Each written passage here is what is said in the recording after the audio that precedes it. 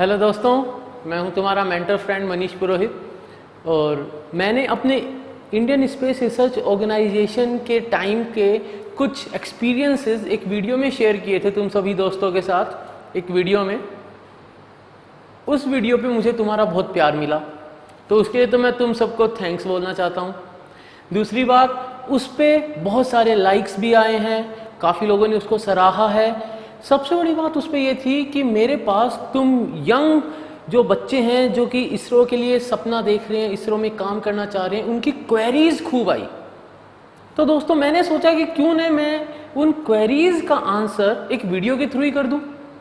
तो मैंने क्या किया, जितने भी कमेंट्स में जो भी बच्चों के सवाल थे वो सब मैं यहाँ पे ले आया हूँ और जो भी क्वेश्चंस हैं मैं एक एक करके ट्राई करूँगा कि उन सब के आंसर्स दे पाऊँ, जिससे कि तुम्हारी क्वेरी को मैं एड्रेस कर पाऊँ। ठीक है, तो अपन शुरू करते हैं। तो अपन देखें तो सबसे पहला तुम यहाँ पे देखोगे तो क्वेश्चन पूछा है उमा ने कि please give some information about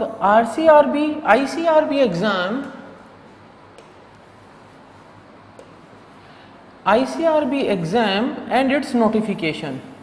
तो ICRB जो है वो है इसरो सेंट्रल रिक्रूटमेंट बोर्ड।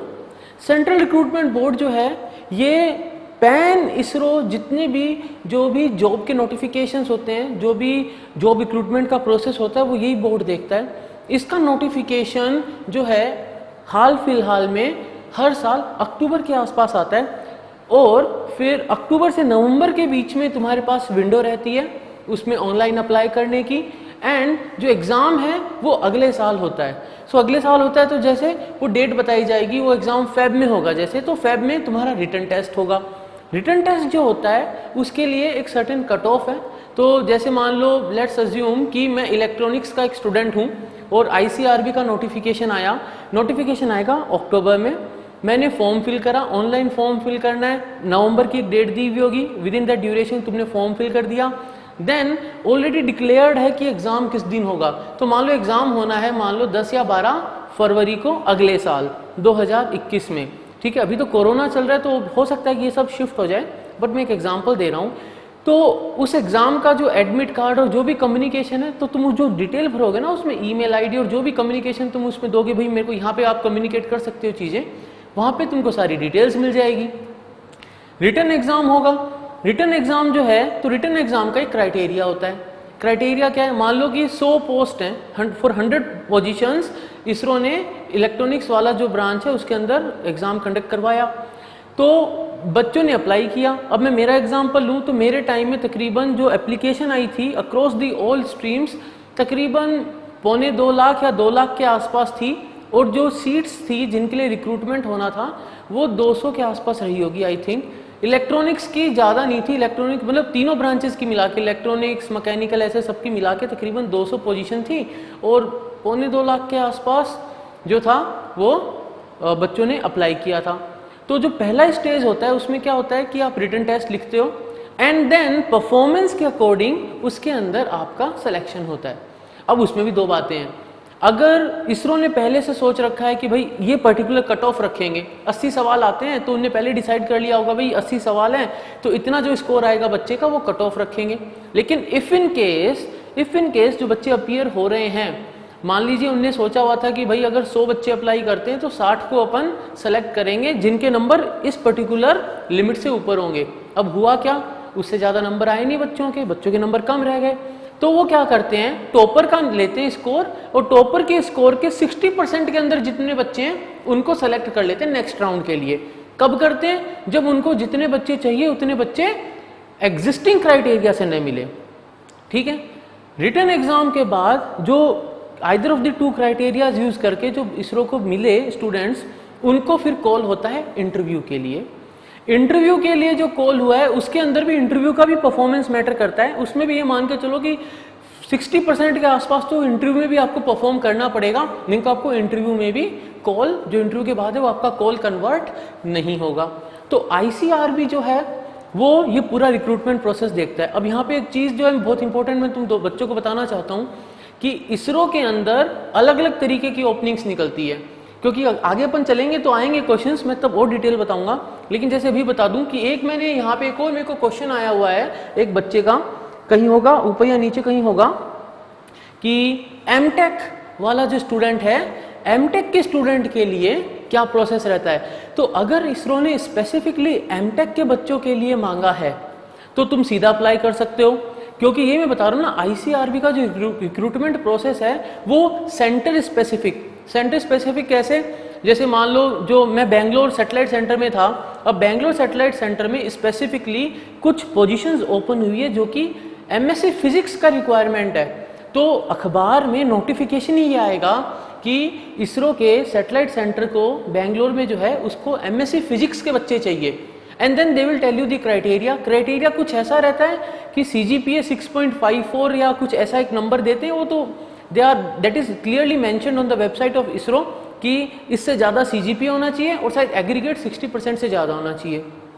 ठीक है, तो ये कुछ चीज़ें हैं जो अपने को ध्यान रखनी है कि आईसीआरबी सिर्फ बीटेक के बच्चों को ही नहीं, वो एमएससी के बच्चों को भी बुलाता है, वो डिप्लोमा बच्चों को भी बुलाता है, but then you have to be attentive and active, तुमको सर्च करते रहना पड़ेगा जब वो नोटिफिकेशन आता है। हाँ, अलग अलग पोस्ट के लिए आता है, टेक्नीशियन की पोस्ट है या जूनियर इंजीनियर की पोस्ट है या साइंटिस्ट की पोस्ट है, अलग अलग पोस्ट हैं, एडमिनिस्ट्रेटिव ओपनिंग है, तो सबके अलग अलग रिक्वायरमेंट्स वो उस पर डाल देते हैं। ठीक है, ओके। बाकी तो देखो खूब प्यार मिला हुआ है मेरे को, thank you so much, you paid a way for me, thank you Gauravi. ठीक है, तो अब यहाँ पे एक मेरे को कार्तिक ने पूछा है कि I am 10+ years data scientist है, 10+ ईयर्स ऑफ एक्सपीरियंस है। ठीक है, तो एप्लीकेशन पोर्टल पे मेरे को कोई इन्फॉर्मेशन नहीं मिली। तो पहले तो कार्तिक देवराज जो है, इस नाम से मेरे को याद आ रहा है मेरी इसरो की क्रिकेट टीम में एक बहुत ही हैप्पी गो लकी बंदा था, उसका नाम भी कार्तिक देवराज था। तो सबसे पहले तो मेरे को उसका ध्यान आया जैसे ही मैंने नाम पढ़ा, and he was a very charming person, बहुत मस्त थी, वो कलीग था हमारा। अभी ही स्टिल विद इसरो और मैं तो आ चुका हूँ। ठीक है, लेकिन ये कार्तिक कोई और है जो 10 ईयर्स एक्सपीरियंस की बात कर रहा है। तो ऐसा है कि इसरो में मोस्ट ऑफ द टाइम अगर आईसीआरबी का जो नेशनल लेवल पे रिक्रूटमेंट का नोटिफिकेशन आता है, if you are applying through that, तो आपका एक्सपीरियंस ज़्यादा कुछ मैटर नहीं करता। You will start from the initial point. Scientist engineer SC के लिए अगर अप्लाई कर रहे हो तो आपका कितना भी एक्सपीरियंस हो, आपको वहीं से ही चालू करना पड़ेगा। कंप्यूटर साइंस की भी ओपनिंग्स आती है, but if in case ISRO को कोई स्पेसिफिक रोल के लिए रिक्रूटमेंट करना है, then they will post that kind of advertisement in the newspaper. ठीक है, तो दोस्तों समझना पड़ेगा कि जो मेरा एक्सपीरियंस है, या तो मैं वेट करूं और देखूं कि इसरो को ऐसी रिक्वायरमेंट है क्या, लेकिन अगर मैंने इसरो के आईसीआरबी का जो नेशनल रिक्रूटमेंट का नोटिफिकेशन उसी में अप्लाई किया है, तो फिर तुम्हारा जो एक्सपीरियंस वगैरह है बिल्कुल कोई वहाँ मैटर नहीं करता, बिकॉज वो एक कंसेंट रहती है कि मैं साइंटिस्ट SC के लिए अप्लाई कर रहा हूँ। मेरे को इसलिए पता है क्योंकि जब हम गए थे रिक्रूटमेंट के लिए, हमारे साथ भी ऐसे एक सीनियर थे जो आए थे, और बार बार हर स्टेप पे उनको ये बात क्लियरली बताई जा रही थी कि आपका जो एग्जिस्टिंग एक्सपीरियंस है दैट मे नॉट काउंट, वो काउंट नहीं होगा। ये आपको क्लियरली समझ में आ रहा है ना? तो ये बात भी ध्यान रखनी है कि जब आप अप्लाई कर रहे हैं इसरो के लिए, तो स्पेसिफिक रिक्वायरमेंट है, वो खुद ही बोल रहे हैं कि भाई 10 साल एक्सपीरियंस का बंदा चाहिए, and if you will apply that time तो इट विल बी काउंटेड, नहीं तो it will not be counted. ठीक है, ओके। बाद में प्रियतोष ने थैंक यू बोला है, बिल्कुल प्रियतोष। ओके ओके, रवि पूछ रहा है कि सर IIT करके भी साइंटिस्ट बन सकते हैं क्या? तो दोस्त, मैं खुद भी बिट्स पिलानी का ग्रेजुएट हूँ। मैंने बिट्स पिलानी से इलेक्ट्रिकल एंड इलेक्ट्रॉनिक्स इंजीनियरिंग में BTech करी है, और मैंने फिजिक्स में MSc करी है बिट्स पिलानी से। बिट्स पिलानी से ग्रेजुएट होने के बाद मैं सैमसंग में गया था, मेरी जॉब सैमसंग में थी, and I got a chance to go to South Korea also. ठीक है, वहाँ से सब कुछ छोड़ के ही मैंने इसरो में अप्लाई किया था और मैंने इसरो में अपना जॉब लगाया था। IIT से मैंने डिग्री पूरी कर ली है। आई थिंक इसरो जो है वो कैंपस रिक्रूटमेंट्स के लिए नहीं जाता है इंस्टीट्यूट्स, बट देन ICRB का जो प्रोसेस है, जैसे मैंने बताया, अक्टूबर में नोटिफिकेशन आता है, अक्टूबर से नवंबर के बीच में ऑनलाइन अप्लाई करो, प्रिपेयर करो। सारे प्रीवियस ईयर जो पेपर्स हैं इसरो के, वो इसरो की ऑफिशियल वेबसाइट पे अवेलेबल है, you can go through the papers. ठीक है, और भी सारी डिटेल्स अवेलेबल है। जैसे कभी कभी बच्चों को ये डाउट आता है कि इलेक्ट्रॉनिक्स, स्पेसिफिकली इलेक्ट्रॉनिक्स ही है क्या? नहीं, काफ़ी लंबी लिस्ट है। वो डिटेल मैं तुमको इस वीडियो का जो डिस्क्रिप्शन है उसमें सारी डिटेल्स मैं तुमको उसमें अवेलेबल करवा दूंगा कि इलेक्ट्रॉनिक्स के रेलेवेंट कौन कौन सी डिग्री इसरो कंसीडर करता है। मैकेनिकल इंजीनियरिंग की जो वर्ड मैकेनिकल इंजीनियरिंग है उससे रेलेवेंट कितनी डिग्रीज है जो इसरो उसको कंसीडर करता है। और कंप्यूटर साइंस जब इसरो बोल रहा है तो सिर्फ कंप्यूटर साइंस से मतलब सिर्फ कंप्यूटर साइंस नहीं है, उसके अलावा और कौन कौन सी डिग्री को भी इसरो कंसीडर करता है। ठीक है, तो ऑब्वियसली आईआईटी करके भी जाओ, अच्छा है, work for the nation, we need people like that. Okay fine, suggestion भी आए मेरे को कुछ, यहाँ पे सजेशन भी है। यहाँ पे देखो एक और है कि सर साइंटिस्ट की कितनी पोस्ट होते हैं इसरो में। तो देखो इसरो जो है उसके अंदर जो रिक्वायरमेंट है साइंटिस्ट का वो तो डे बाय डे बढ़ता जा रहा है। इस साल का अगर मैं बताऊं तो 2019 का जो नोटिफिकेशन आया था उसमें इसरो का जो आईसीआरबी का नोटिफिकेशन था उसमें तकरीबन 100+ तो इलेक्ट्रॉनिक्स की रिक्वायरमेंट थी, 100+ ही शायद मैकेनिकल की रिक्वायरमेंट थी, मैकेनिकल इंजीनियरिंग के ब्रांच की, and I think something around 50 के आसपास जो थी कंप्यूटर साइंस ग्रेजुएट्स की रिक्वायरमेंट थी। सो समथिंग लाइक दैट, हर साल 250 से 300 के आसपास की रिक्वायरमेंट रिक्रूटमेंट की निकलती है। बिकॉज हो क्या रहा है, डिमांड बढ़ रही है, ऑपरेशंस बढ़ रहे हैं, फंक्शनैलिटीज़ बढ़ रही है, इसरो का जो है अप्रोच बढ़ रही है, इसरो के एक तरीके से इसरो पंख पसार के उड़ रहा है, नए नए प्रोजेक्ट्स आ रहे हैं, ह्यूमन स्पेस प्रोग्राम आ रहा है, अभी शुक्रयान की बातें चल रही है कि वीनस की साइड जाने की बातें चल रही है, चंद्रयान 3 की प्लानिंग चल रही है, डीप स्पेस में जो मिशन है उनकी प्लानिंग चल रही है। So many things are being planned, so we need manpower. So recruitment का ऐसा है कि साइंटिस्ट की पोजीशंस की मान के चलो ऑन एन एवरेज 200 से 300 के बीच में तो रिक्वायरमेंट हर साल आती रहती है। उसके अलावा प्रोजेक्ट स्पेसिफिक या वर्क स्पेसिफिक रिक्वायरमेंट्स भी होती हैं जो इसके अलावा बता रहा हूं मैं, जैसे 200-250 के आसपास की रिक्वायरमेंट आईसीआरबी ने डाल दी, उसके अलावा भी और रिक्वायरमेंट्स आ सकती हैं। ठीक है, okay fine. So what is the scope of aerospace, अब यही है ना, जैसे एरोस्पेस इंजीनियरिंग का पूछा है, तो क्या इसरो में मैकेनिकल इंजीनियरिंग की मैं बात करता हूं तो उसमें सिर्फ मैकेनिकल इंजीनियरिंग रहेगी, क्या ये भी उसके अंदर आता है? तो मैं क्या करूंगा ना, एक लंबी सी लिस्ट है, वो मैं लिस्ट डिस्क्रिप्शन जो है उसमें तुम सबको अवेलेबल करवा दूंगा, तो you can go through the list and you can see कि जो तुम्हारे डिग्री जो तुम कर रहे हो वो इसमें कंसिडर होगी या नहीं होगी। वेरी सिंपल है, ठीक है, ये बहुत आसान सी बात है। ओके आगे देखें। So then Prasoon is asking me to make a video on all the perks। तो perks तो देखो ऐसा है कि जो सेंट्रल गवर्नमेंट है वो काफ़ी perks देती है और कुछ इसरो भी अपनी तरफ से perks देता है, लेकिन यहाँ पे से पूछा लैपटॉप अलावेंसेज, तो आई डोंट थिंक कि लैपटॉप अलावेंसेज जैसी कोई चीज़ इसरो में मिलती है, क्योंकि इसरो के अंदर you will be given your own PC, तुमको खुद का अपना एक पीसी मिलता है, एक अपनी जगह मिलती है जहाँ पे तुम बैठ के काम करते हो, एक पूरा लैब होता है, लैब के अंदर खूब सारे पीसी होते हैं। सो लैपटॉप्स का तो नहीं होता, क्योंकि you can see look at it that way कि लैपटॉप तुमको मिलेगा भी अगर तो you can't carry it outside, क्योंकि वो तो सुपर क्रिटिकल रिसोर्स है, सब कुछ है उसके अंदर, तो that will not be possible, right. तो लैपटॉप वगैरह टाइप का ऐसा कुछ नहीं। हाँ अलावेंसेस जैसे मैंने बताए हैं कि एक प्रिस मिलता है, परफॉर्मेंस से रिलेटेड इंसेंटिव जो है, उसके अलावा जो भी गवर्नमेंट इंक्रीज करती है डियरेंस अलावेंस, महंगाई भत्ता कहते हैं जिसको, वो बढ़ता चला जाता है। एंड उसके अलावा इसरो में क्या होता है ना, इसरो में बेसिक पे ऐसे कैलकुलेट होती है, एक तो होती है आपकी जो बेस सैलरी है जो ग्रेड के अंदर होती है, जैसे भाई साइंटिस्ट इंजीनियर एससी का जो ग्रेड है वो एक बैंड है, पे बैंड कहते हैं जिसको, उसके अंदर है जैसे 56,100 मान लो ये पे बैंड है। उसके अलावा इसरो के अंदर एक ग्रेड पे होती है, जो ग्रेड पे यानी इसरो खुद एक्स्ट्रा देता है, तो वो ऐसा है कि जैसे 56,100 है प्लस 5,000 6,000 इसरो एक्स्ट्रा दे रहा है आपको, तो आपका जो बेस पे है वो हो गया 56,000 प्लस 6,000 जोड़ लिए तो तकरीबन 62,000 के आसपास आपका ग्रेड पे प्लस जो आपका बैंड का पे है, दोनों को मिला के उसको बेसिक माना।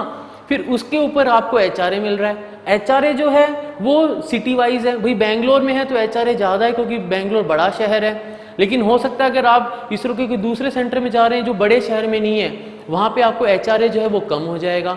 वो परसेंटेज वाइज होता है, शायद I think that is side like 10%, 20%, 30%, something like that.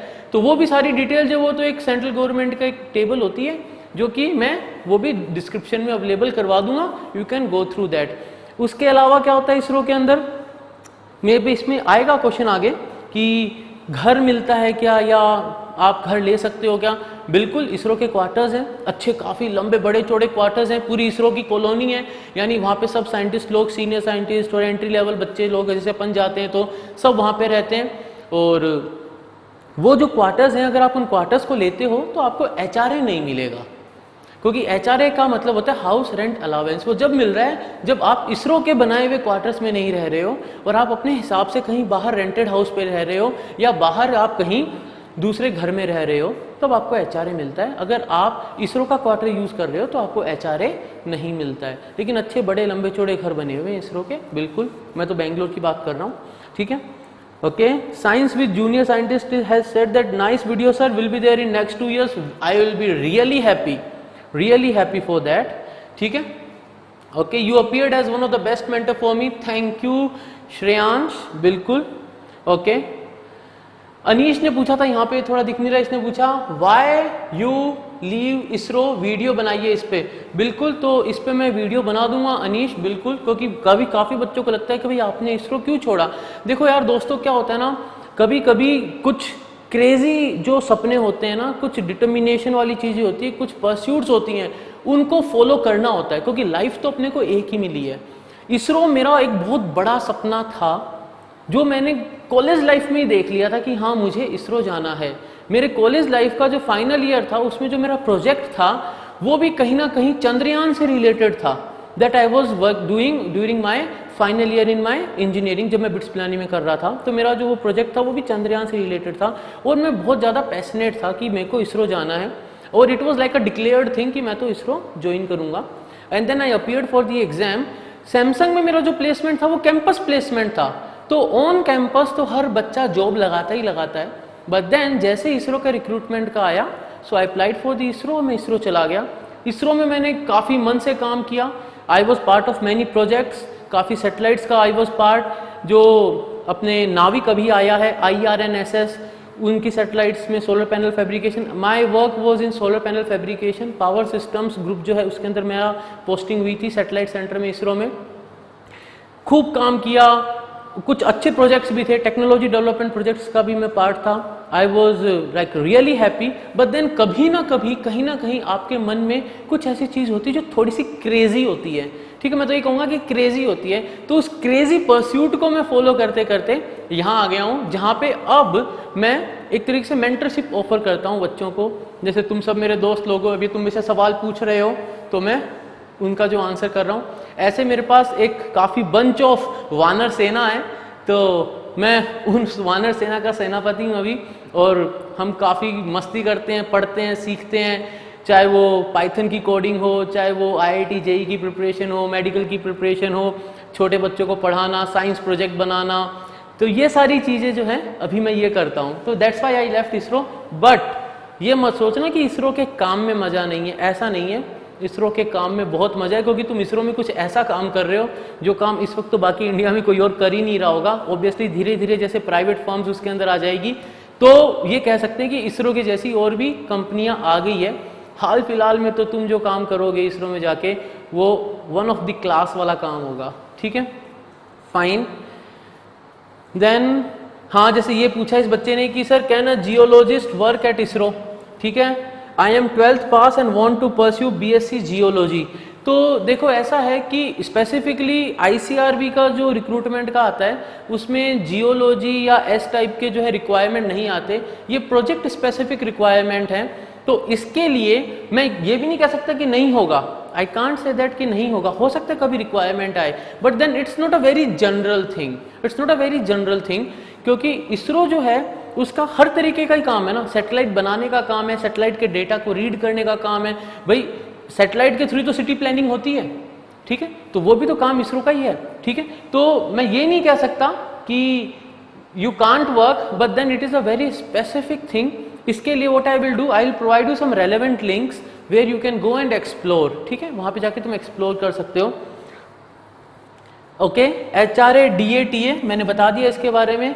तो इसके अंदर एक और चीज़ होती है, पर्क्स जो होते हैं उनको LTA LTC कहते हैं, जो शायद मैंने मेरे पिछले वीडियो में भी बताया था कि वो होता है लीव ट्रैवल अलाउंस, कहते हैं कि आप छुट्टी पे अगर जा रहे हो और जैसे आप बता देते हो पहले इसरो में कि भाई मैं मेरे घर जा रहा हूँ या मैं कहीं और जा रहा हूँ, तो इसरो आपके आने जाने का जो भी खर्चा है वो बेयर कर लेता है, एक वो पर्क भी साथ में रहता है। HRA बता दिया। DA is dearness allowance, dearness allowance वही जिसको महंगाई भत्ता कहते हैं अपन आम भाषा में। TA की जगह LTA हो जाता है, वो लीव ट्रैवल अलाउंस हो गया जैसे। ठीक है।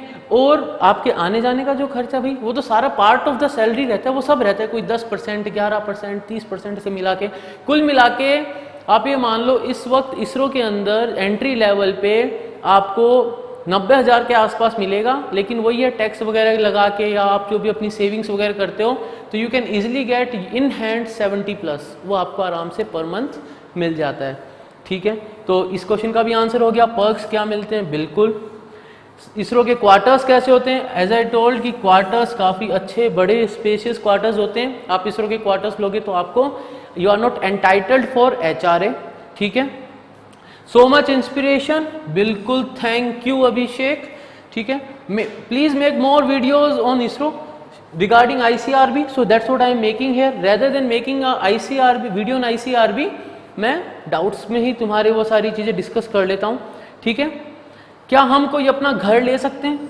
अपना घर तो हर इंसान ले सकता है दोस्त। किसने पूछा? Space chat with Sachin. तो सचिन मेरे दोस्त, अपना घर तो हर इंसान ले सकता है। इसरो में जाओगे तो तुम भी ले सकते हो, बिल्कुल ले सकते हो, ऐसी कोई बड़ी बात नहीं है। इसरो के क्वार्टर्स के बारे में पूछना चाह रहे हो तो मैं बता चुका हूँ कि हाँ, इसरो जो है उसमें तुम क्वार्टर्स मिलते हैं इसरो के, तो उसमें रह सकते हो। फिर से इसरो के क्वार्टर्स कैसे होते हैं भाई? अच्छे खासे बड़े होते हैं, स्पेशियस होते हैं। ठीक है, HRA नहीं मिलता है, वापस वही बात कर रहा हूँ। माई ड्रीम इसरो साइंटिस्ट, तो भाई रिसर्च एंड साइंस फैक्ट, अगर ड्रीम इसरो साइंटिस्ट है तो मे your old dream come true. ठीक है, अपना सपना जरूर पूरा करो। Okay, why you left sir, तो मैंने बताया कि लेफ्ट क्यों करा मैंने इसरो, ये मेरे से अश्वनी ने पूछा। तो मैंने फिर से बता दूं, मैंने इसरो इसलिए नहीं छोड़ा कि मेरी और इसरो की बनी नहीं, ऐसा नहीं है। I got ample opportunities, even I got a chance to go to US। मेरे को इसरो ने US भी भेजा था for specific project related work. तो ऐसा नहीं है कि मेरी और इसरो की बनी नहीं, खूब बनी, बहुत अच्छी बनी। ठीक है, और हम दोनों ही खुश थे इस रिश्ते से। बट देन कुछ और परस्यूट्स फॉलो करनी थी, जैसे मैंने बताया, तो इसलिए मैंने छोड़ा। इसरो के क्वार्टर्स कैसे होते हैं? फिर से तो मैं बता रहा हूँ दोस्तों, बहुत बढ़िया होते हैं। क्या वर्क कंडीशन अच्छा नहीं होता क्या? तो भाई ऐसा बिल्कुल भी नहीं है। पहली बात तो ये कि अगर आप इसरो जा रहे हो तो आप वैसा ही काम करना चाह रहे हो ना, और वैसा काम करना चाह रहे हो और वही काम आपको मिल रहा है, तो वर्क कंडीशन की तो कहीं बात ही नहीं आती है। रैदर इसरो तो एक ऐसा गवर्नमेंट ऑर्गेनाइजेशन है जहाँ पे जो एक वो होता है ना, दिमाग में होता है भाई सरकारी है, क्या होता होगा, ऐसा बिल्कुल भी नहीं है। Look at the projects that we do. अभी चंद्रयान 3 प्लान हो गया है, चंद्रयान 2 तो अभी 1 साल हुआ है चंद्रयान 2 को तो चक्कर काटते हुए। अभी चंद्रयान 3 की लॉन्चिंग की बात हो रही है, अभी तो लॉन्च हो चुका होता अगर ये नहीं होता, तो कोरोना नहीं आता तो अब तक तो फाइनल स्टेजेस में होता, लेकिन अब शायद वो अगले साल पे शिफ्ट हो गया है। तो बहुत मस्त, बहुत पेस पे, with in the time line, और बहुत प्यार मोहब्बत से काम होता है इसरो में, लेकिन काम बहुत क्लासिक होता है, मजा आ जाएगा तुमको। ठीक है, DRDO रिक्रूटमेंट क्राइटेरिया, तो देखिए रिक्रूटमेंट क्राइटेरिया तो वो स्टैंडर्ड रिक्रूटमेंट क्राइटेरिया, DRDO शायद गेट का स्कोर भी लेता है। ठीक है, तो बस ये है कि DRDO जो है उसके क्राइटेरिया में गेट का स्कोर भी आ जाता है। DRDO के क्राइटेरिया में ऐसा है कि अगर आप IIT वगैरह से हैं तो शायद कुछ एग्जम्पशन मिल जाता है। तो ये जो छोटी मोटी चीज़ें हैं ये मैं वही डिस्क्रिप्शन में ही डाल दूंगा ये सारी चीज़ें, तो क्योंकि बहुत ज़्यादा मेन तो वही है। DRDO का भी एक टेस्ट होगा and then you will be selected on that. Okay fine. फिर ये कुछ क्वेश्चंस मेरे को आए थे, जैसे ISRO chairman and RBI governor. तो if you are talking about ISRO chairman and RBI governor, तो पहले तो दोस्तों कोई कंपैरिजन ही नहीं है। ठीक है, दोनों ही बहुत डिफरेंट फील्ड हैं और दोनों ही पोजीशन एकदम से प्राइम है, टॉप मोस्ट पोजीशंस हैं दोनों। ठीक है, तो अगर एज अ पर्सन मैं हूं और अगर मैं इसरो चेयरमैन बनूं या अगर मैं as a person RBI governor बनूं, तो दोनों ही पोजीशन जो है वो रेस्पॉन्सिबिलिटी मांगती हैं, वो एक पनैश होता है ना, जो पर्सनैलिटी में एक चार्म होता है वो मांगती है, और बहुत क्लैरिटी मांगती है तुम्हारे दिमाग की। ठीक है, तो इस टाइप का कंपैरिजन अपन, मतलब आई डोंट थिंक कि इस टाइप का कंपैरिजन कोई कर भी सकता है। Whether you are ISRO chairman और you are RBI governor, you are among the top notch people in the country, जिस पे रेस्पॉन्सिबिलिटी भी बहुत ज़्यादा है और जिससे एक्सपेक्टेशन भी बहुत ज़्यादा है। ठीक है, तो ये कुछ ऐसा है। और भी ऐसे मेरे पास थे in terms of power, money, respect and social connection, IAS officer या इसरो साइंटिस्ट। तो again the same thing, I think मैंने इस पर रिप्लाई किया है। यस, देखो निम्बस एजुकेशन ने इस पर रिप्लाई किया है। फिर से मैं बता देता हूँ शिवांश कि IAS ऑफिसर, एडमिनिस्ट्रेटिव सर्विस और साइंटिस्ट की जॉब में you can't compare. Administrative officer की जो जॉब है वो more about public dealing, public policy making, उस पे है। जो सरकार के नियम है, जो सरकार की स्कीम्स है, जो पॉलिसीज़ है, उनको इम्प्लीमेंट करने का, लॉ एंड ऑर्डर की बात करने की है, जो कि एक अलग तरीके का एक्सपोजर है। All together totally different environment में आप काम कर रहे हो। जब आप एक साइंटिस्ट की बात कर रहे हो तो आप खुद में ज़्यादा रहते हो, आप अपने काम में ज़्यादा रहते हो। लेकिन जब आप एक आईएएस बनते हो तो आप पब्लिक में ज़्यादा रहते हो, क्योंकि आप पब्लिक को दिखाते हो, आप पब्लिक के लिए हो। बट इसरो साइंटिस्ट जो है वो अपने कमरे में, अपने एक लैब में, अपने एक एपरेटस के साथ पूरा साल निकाल देगा और फिर उसको जब रिजल्ट मिलेगा तो वो उसको बाहर पब्लिश करेगा। But then that is not the way life of IAS officer will be. ठीक है, तो अगर इसमें कंपेयर करें तो मैं वही बात करूंगा, ये तो एस्पिरेशन की बात है। भाई क्रिकेटर आप बनना चाहते हो तो आप बोलोगे क्रिकेट अच्छा है, आपको फुटबॉलर बनना है तो आप बोलोगे भाई फुटबॉल अच्छा है। तो तुम्हारी खुद की इच्छा पे है। और वैसे for all obvious reason you can say हाँ भाई आईएएस ऑफिसर के पास at that any particular moment of time पे पावर और रिकग्निशन ज़्यादा रहता है, बिकॉज मोर पब्लिक अपीयरेंसेज है, मोर एक्सपोजर है, मोर अमंग द पीपल है। ठीक है, साइंटिस्ट हूँ मैं अगर इसरो का, तो मैं इसरो का साइंटिस्ट बेंगलोर के सैटेलाइट सेंटर में था, मैं वहाँ काम करता था। हाँ, कभी बाहर निकल जाता था और अपना आईडी कार्ड जेब में डालना भूल जाता था, तो जब छोटे बच्चे मेरे को देखते थे तो पास में आके खड़े हो जाते थे और पूछने लग जाते थे okay please explain how rocket flies. तो वो दूसरी बात है। But then most of the time ये बहुत एक रेयर काइंड ऑफ एक्सपीरियंसेस हैं। बट आईएएस ऑफिसर तो completely you are in the public all the time, है ना। तो ऐसा कंपैरिजन अपन नहीं कर सकते हैं, we can't. Do ISRO scientist get the opportunity to meet higher authorities? बिल्कुल, why not? If you are doing something really amazing, something really good, then obviously you will get all the opportunities to meet the people in the higher ranks, क्योंकि तुम जब अच्छा काम करोगे तो अपने आप you will be called upon, है ना। ओके ओके, सो आगे देखें, BARC versus ISRO versus DRDO. तो भाई देखो, बार्क, इसरो और डीआरडीओ ये तीन पिलर हैं इस देश के। बार्क एटॉमिक रिसर्च है, डीआरडीओ डिफेंस का रिसर्च का है, और इसरो स्पेस रिसर्च है। तीनों बड़े बड़े टेक्नोलॉजिकल पिलर्स हैं, तीनों एक बराबर हैं, they are at par with each other. हो सकता है कुछ पर्क्स अलग हों, हो सकता है कुछ और चीज़ों में डिफरेंस हो, but then at the end of the day वही बात है कि अगर मेरा एस्पिरेशन है, देखो यहाँ पे अपन जो ये चीज़ है ना, जैसे शिवांश ने पूछा है, तो यहाँ पे मैं ये कह सकता हूँ शिवांश कि ये जो क्वेश्चन है, ये क्वेश्चन कहीं ना कहीं कंफ्यूज्ड स्टेट ऑफ माइंड को भी दिखा रहा है। क्यों? फोकस तो क्लियर होगा, भाई बार्क में जाना है तो तुम बार्क के लिए प्रिपेयर करोगे, तुम उस टाइप के एस्पिरेशंस रखोगे, उस वर्क कल्चर में जाना चाहोगे, तुमको मजा आता है तो तुम उधर जाओगे। अगर तुम सिर्फ इसलिए जा रहे हो भाई बार्क का नाम बड़ा है तो मैं बार्क चला जाता हूँ, तो फिर वहाँ पे काम करके मजा नहीं आएगा ना दोस्त। अपने को ये देखना है कि मेरा खुद का मन क्या कह रहा है। अगर तुमको स्पेस की चीज़ें, स्पेस की बातें फैसिनेट करती हैं तो ऑब्वियसली तुम स्पेस की साइड जाना चाहोगे। जैसे भाई इसरो का सैटेलाइट सेंटर है, वहाँ पे एक ग्रुप है, उसका नाम ही स्पेस एस्ट्रोनॉमी ग्रुप है। तो जिसको एस्ट्रोनॉमी में इनमें खूब मजा आता है वो चाहेगा कि भाई मेरे को स्पेस एस्ट्रोनॉमी ग्रुप मिल जाए। बेंगलोर में एक है इंडियन इंस्टीट्यूट है स्पेस साइंसेज का, तो वो वहाँ जाना चाहिएगा, जो भी स्टूडेंट है या बच्चा है, कि मैं वहाँ जाऊँ, वहाँ काम करूँ, वहाँ पढ़ाई करूँ। ठीक है, एक अपने आयु का है इंटर यूनिवर्सिटी सेंटर जो है पुणे में, वहाँ जाओगे। लेकिन अब तुम बोलो यार आयु का बड़ा है या आईआईएस बड़ा है या इसरो बड़ा है, तो और इच्छा तुम्हारी है एटॉमिक रिसर्च करने की, तुम चले जाओगे इनके अंदर कि ये नाम बड़े हैं, तो देन वही बात है ना, कहीं ना कहीं मन में खटक रहेगी कि मेरे को मेरे मन की सुननी चाहिए थी। तो ऐसा कंफ्यूजन मत रखो, ask yourself, don't go with that कि कौन सा बेटर है। अब better in terms of what? पे सबकी बराबर रहेगी, पर्क्स बराबर रहेंगे, रिकॉग्निशन सब बराबर रहेगा। इट्स जस्ट लाइक कि अगर तुमको मजा आ रहा है तो तुम अपने आप रेस में आगे निकल जाओगे, क्योंकि जितना ज़्यादा जो एक्सपर्टीज गेन करेगा, जितना ज़्यादा जो होल्ड कंट्रोल गेन करेगा अपने कॉन्सेप्ट पे, अपने वर्क पे, वो रिकॉग्निशन लेता ही लेता है। अपने पास तो बहुत बड़ा एग्जाम्पल है कलाम सर का, वो अपने वर्क रिकग्निशन के ही तो बलबूते पे बढ़ते बढ़ते बढ़ते बढ़ते the very first person of this big democratic country बन गए थे, अपने ऑनरेबल प्रेसिडेंट बन गए थे, है ना। तो वैसी कुछ बातें। ओके, अगेन शिवांश ही फिर से पूछ रहा है वही डीएम और ISRO scientist, I think I answered this. ठीक है, ओके। रॉयल उस्ताद, तो रॉयल उस्ताद साहब ने पूछा है how to compile the answer and deliver in the interview. तो I will try to answer, मैं यहाँ पे भी इसको आंसर करूँगा, लेकिन मेरे को लगता है इसके लिए तो मेरे को एक 10 मिनट का चाहे छोटा सा वीडियो अलग से बनाना पड़े, मैं एक अलग से वीडियो बना दूंगा इसके लिए। तो इंटरव्यू पैनल में क्या होता है, इंटरव्यू पैनल में आपसे आपके फेवरेट सब्जेक्ट पूछे जाते हैं। तो अब आपको ऐसे बोलेंगे कि भाई अपने 3 कोई फेवरेट सब्जेक्ट बता दो, आप बता दोगे 3 फेवरेट सब्जेक्ट, हो सकता है फिर आपसे भी पूछ ले भाई इसमें क्या सबसे ज़्यादा पसंद आता है, और फिर वो आपसे उसके हिसाब से क्वेश्चन पूछते हैं।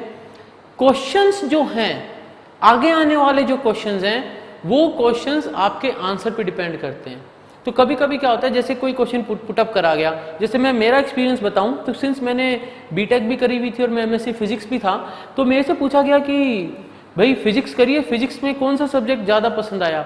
तो मैंने कहा क्या क्या पढ़ा फिजिक्स में, तो मैंने बता दिया भाई quantum mechanics, statistical mechanics, classical mechanics, ये कुछ सब्जेक्ट होते हैं जो हमने पढ़े हैं, कुछ कोर्सेज करे हैं। उन्होंने बोला अच्छा क्वांटम मैकेनिक्स में पढ़ी है तुमने, तो व्हाट इज़ अ प्रोबेबिलिटी कि कैट जो है वो बॉक्स के बाहर चली जाएगी। यहाँ से मेरा इंटरव्यू चालू हुआ था। तो मैंने बता दिया कि भाई ये तो स्क्रोडिंजर की कैट की बात हो रही है।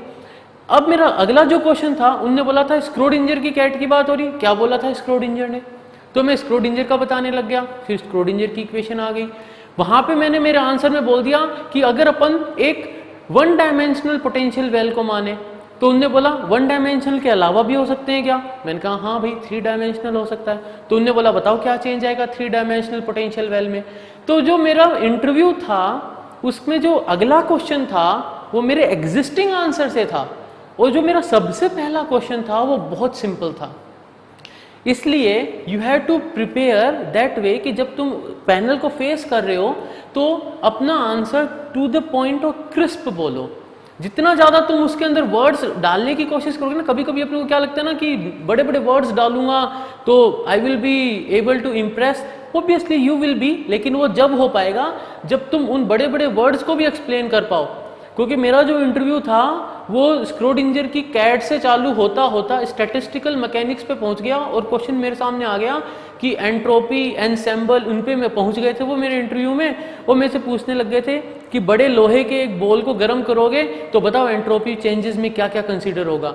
So the question, my interview started from a point जहाँ पे स्क्रोडिंजर और कैट की बात हो रही है, and then we move towards the ensemble and entropy के ऊपर चले गए थे। जो एनसेम्बल अरेंजमेंट होता है बोस, आइंस्टाइन और उधर सब निकल गया था सारा जो पूरा कारवां हमारा, ठीक है। But the panel is very friendly, बहुत अकोमोडेटिंग होते हैं, बहुत ही यू विल फील होम वाली बात होती है, बहुत प्यार से बात करते हैं अच्छे से, मतलब वो इंटरव्यू में तुम्हारा स्ट्रेस तो एकदम खत्म कर देते हैं।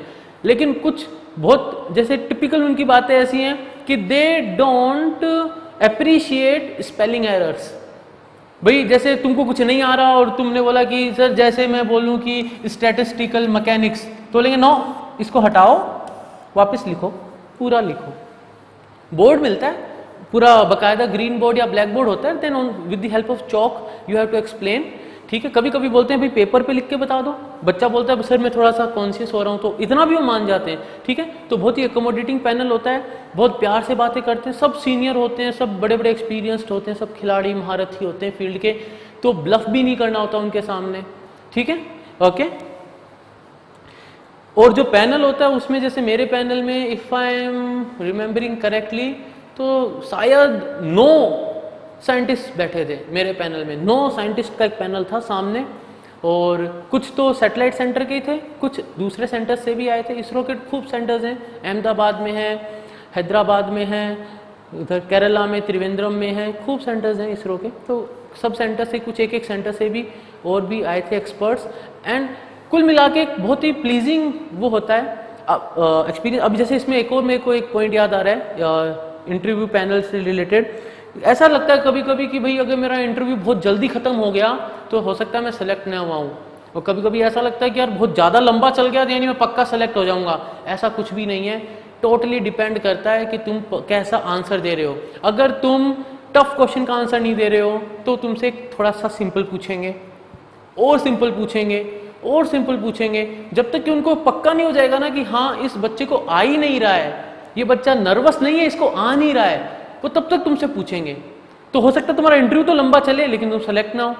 दूसरा केस क्या होगा, तुम बहुत क्लियर हो, तुम्हारे को एकदम क्लियर है सारे फंडे, तुमने एक बात बोली और टू द पॉइंट बोला, उनने तुमसे क्वेश्चन पूछा, you gave the answer very crisp to the point, तो वो अगला क्वेश्चन तुम्हारे आंसर से नहीं बना पाए, तो दूसरे एक्सपर्ट सर ने क्वेश्चन पूछा, वेरी क्रिस्प आंसर दिया ना, उस आंसर से भी कोई क्वेश्चन नहीं बन पा रहा, और अगर बना भी तो तुमने बहुत बढ़िया सा आंसर दिया, तो हो सकता है 15-20 मिनट में ही तुम फाइनलाइज हो जाओ कि हाँ इसको तो लेना है, क्योंकि इसका एकदम इधर का मामला एकदम चकाचक है, साफ, इसको क्लियर है सारे कॉन्सेप्ट, है ना।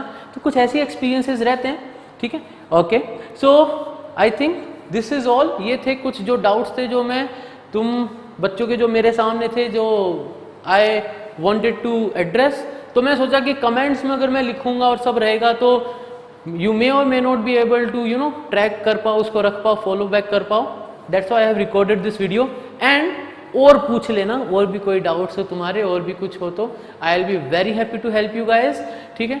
And now I am thinking कि मैं इसरो के ऊपर कुछ और वीडियोस बनाऊं, क्योंकि इसरो में सिर्फ एक रिक्रूटमेंट प्रोसेस ही सब कुछ नहीं है, इसरो और भी बहुत कुछ करता है। सो थोड़ी नॉलेज सीरीज टाइप से मैं इसरो की निकालने की सोच रहा हूँ। एंड आई थिंक तुम बच्चों को भी वो पसंद आएगी जब तुम देखोगे। तो छोटी छोटी videos I will be posting on YouTube, ठीक है। सो दोस्तों, कोरोना का टाइम है, take good care of your health और इसरो के लिए प्रिपरेशन चालू करो। एक और जैसे इम्पोर्टेंट ये टिप तुम बच्चों के लिए कि इसरो की प्रिपरेशन अगर कर रहे हो तो कोई भी गेट की जो बुक आती है, उस एक अच्छी पब्लिकेशन की गेट की बुक लो, अच्छे से उसको करो, सारे टॉपिक करो, और खासकर इसरो के प्रीवियस ईयर क्वेश्चंस देख लो। उससे तुम्हारे सिलेक्शन के रिटर्न एग्जाम को क्लियर करने के चांसेस बहुत बढ़ जाएंगे। That is going to help you a lot, I am telling you. क्योंकि मैं जब प्रिपेयर कर रहा था, दैट वाज माय स्ट्रेटजी। मैंने इसरो के पुराने पेपर्स देखे और एक अच्छी गेट लेवल की एक अच्छी बुक मैंने थोरोली करी थी, और उससे मेरे को काफ़ी हेल्प मिली थी, ठीक है। So that was all for this video. आज के लिए और इस वीडियो के लिए अपन यहीं रुकते हैं, ठीक है। तो चैनल को, तुम इस वीडियो को लाइक करो, चैनल को सब्सक्राइब करो और शेयर करो अपने दोस्तों के साथ इस इन्फॉर्मेशन को, क्योंकि जितना ज़्यादा ये तुम बच्चों तक पहुँचेगी उतना ही तुम बच्चों को ये हेल्प कर पाएगी, क्योंकि तुम्हारी क्वेरीज एड्रेस होती जाएंगी तो तुम मोटिवेट होते चले जाओगे, ठीक है। और बेल आइकन जरूर दबा देना, जिससे कि नोटिफिकेशंस तुमको इनबॉक्स होते रहें, जिससे कि तुम्हारा कोई भी अगला वीडियो मिस ना हो। मेरे को एक और सजेशन मिला हुआ है, यहाँ पे बच्चे ने बोला है कि एक अलग प्लेलिस्ट बना देना इसरो की। तो इसरो की या स्पेस से रिलेटेड अगर कोई भी मैं डालता हूँ वीडियो, तो मैं एक इसरो सीरीज़ के नाम से, एक इसरो लेक्चर सीरीज़ के नाम से डाल दूंगा, जिसके अंदर मेरे पुराने जो वीडियो वो भी उसमें चले जाएंगे और नए वीडियो में मैं उसी प्लेलिस्ट में ऐड कर दूंगा, ठीक है। और तुम्हारे पास अगर कोई सजेशन हो, तुम चाहते हो कि कोई स्पेसिफिक मैं किसी पर्टिकुलर टॉपिक पे कोई वीडियो बनाऊँ, I am open for that. I will be really happy to help you guys, ठीक है। सो तब तक के लिए दोस्तों, take good care of your health and bye bye and all the best.